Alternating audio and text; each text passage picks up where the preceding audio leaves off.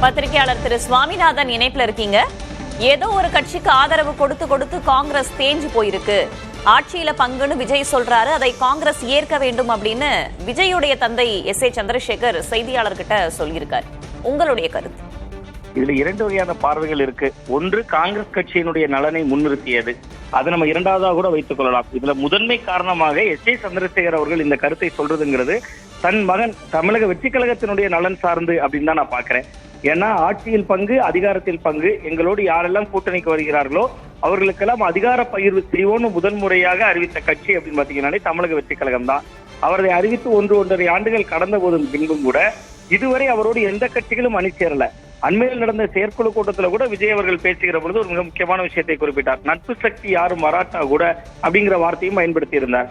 அப்ப ஏறக்குறைய விஜய் அவர்கள் தனித்துதான் விடப்பட்டிருக்கிறார். இன்றைய களச்சூழல்ல திமுக அதிமுக என்கிற இருமுனை போட்டியை வலுவாக எதிர்கொள்ளணும்னா முதல்ல தமிழக வெற்றி கழகம் இன்னுமே வலுவாகணும். அப்ப அதற்கும் சேர்த்துதான் இந்த குரலை எழுப்பியிருக்கிறார் SA சந்திரசேகர் அப்படின்னு தான் நான் புரிஞ்சுக்கிறேன். நீங்க காங்கிரசினுடைய நிலையை 1967க்கு முன்பு ஆண்ட கட்சி, அதற்கு பின்பு அது தமிழகத்துல திமுக அல்லது அதிமுக இருவரும் கட்சிகளோடு கூட்டணியில இருக்கிறது, இதெல்லாம் தொன்று தொட்டு நடக்கக்கூடிய விஷயம்தான்.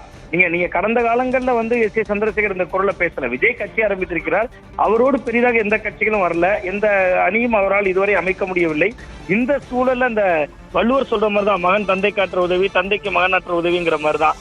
அவர் கட்சிக்குள்ள பெரிய ஆக்டிவா செயல்பாட்டுல இல்லாட்டாலும் கூட SA சந்திரசேகர் அவர்கள் தன் மகன் தனிமைப்படுத்திவிடக் கூடாது என்கிற ஒரு அக்கறை, ஒரு நலன், அது காங்கிரஸ் நலன் என்று அவர் ஒரு வடிவம் கொடுத்துக்கிட்டாலும் கூட அதற்கு பின்னால் ஒரு மகனினுடைய நிலைமையை உணர்ந்து தமிழக வெற்றி கழகம் ஒரு மிகப்பெரிய ஒரு வலுவான அணியாக மாற வேண்டும் அவருடைய எதிர்பார்ப்பு இருக்கு. அதுக்கு காங்கிரஸை கேடயமாக அவர் பயன்படுத்துறாரு அப்படின்னு தான் பாக்கிறேன். வெளிப்படையாக தாவேகாவும் காங்கிரசும் ஒருவரை ஒருவர் விமர்சித்துக் கொள்ளாத நிலையில இந்த மாதிரியான கருத்து ஏதேனும் தாக்கத்தை ஏற்படுத்துவதற்கான வாய்ப்பு இருக்கிறதா? இல்ல, நிச்சயமாக தாக்கத்தை ஏற்படுத்தும். ஏன்னா உங்களுக்கு இன்றைக்கு கூட டெல்லியில ஒரு சந்திப்பு நடப்பதற்கான எல்லா ஏற்பாடுகளும் செய்யப்பட்டிருந்தது. துரதிருஷ்டவசமாக, அதாவது நான் சந்திப்பு என்று சொல்வது ராகுல் காந்தி அவர்களை கனிமொழி அவர்கள் போன்றவர்கள் சந்திப்பதற்கான ஒரு சூழல் இருந்தது.